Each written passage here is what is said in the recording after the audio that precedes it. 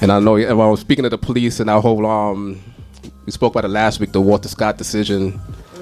Of course, you can't expect to get any justice. Well, at least that's what they want us to believe. Yeah, it's kind of hard to feel like there's like real equality when things like that happen. I mean, I don't have the answers, but I mean, as long as we have platforms to voice our opinions, right? And somebody hopefully will listen or something to change, right? I mean, one method is to take it to the streets. I mean, you see what happened with the pipeline situation with the Native Americans. They had to fight to make sure that pipeline didn't go through their territory.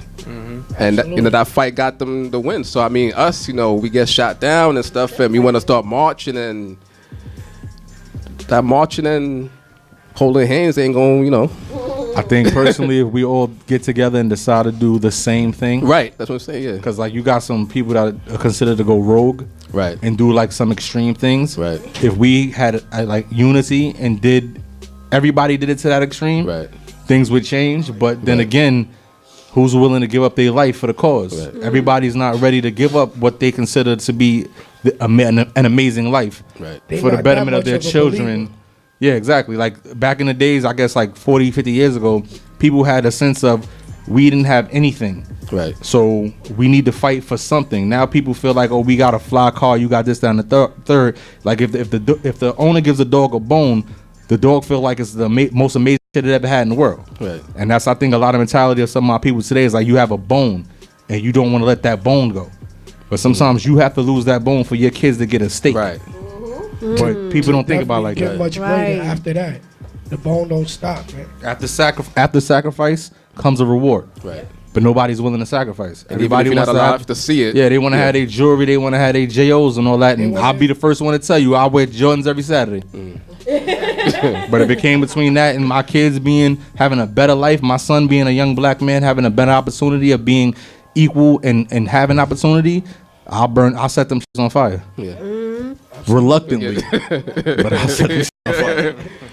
But I mean, there's people that feel like that, but like you said, you need an army of people behind you that really feel like that as well, because can't be one person, right? Because then you just dying in vain, and that's basically some people do, like you said, some people might go rogue and then they do it in vain.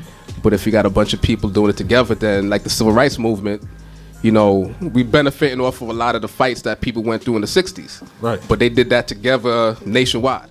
I think part of that too is like people are so used to the system not being able to be trusted that they don't know who to trust. Like, I mean, I grew up in the church out here in Brooklyn, but I seen my family members who was pastors with big Lincolns, jewelry, right? And I don't know nothing about the Bible, but I was in church every Sunday, listening to songs, watching people catch the Holy Ghost. So we in an era where we don't know who to trust. Like fakeness is being rewarded nowadays. Like the real G shit don't get no credit. Oh, it's lame. But if it's fake, people don't care. Like I know I got friends that say fake it till you make it, and I'm like, how can you feel like that? Like I come from a system where you had to be who you said you was. You had to be that dude because they will call you out and make you prove it. Right. Now, if you got bread, you could just say you whoever you want to be, and because you got money, everybody goes along with it because everybody wants a piece of the pie. Right. But 50 Cent made that popular. It wasn't the shooter that's the popular person. It's the one that got shot now. And that's unfortunate. And now these young kids, and I don't want to throw out names, but you got all these young knucklehead rappers that it's just about a beat, it's just about a pill, it's just about liquid in their cup. It's not about nothing anymore. They don't even know who to even pay homage to anymore. So like looking at you guys doing what y'all doing, y'all are average people. Absolutely. Yeah, and y'all doing what y'all doing. This gives insight that anybody can do it. Everyday working single father.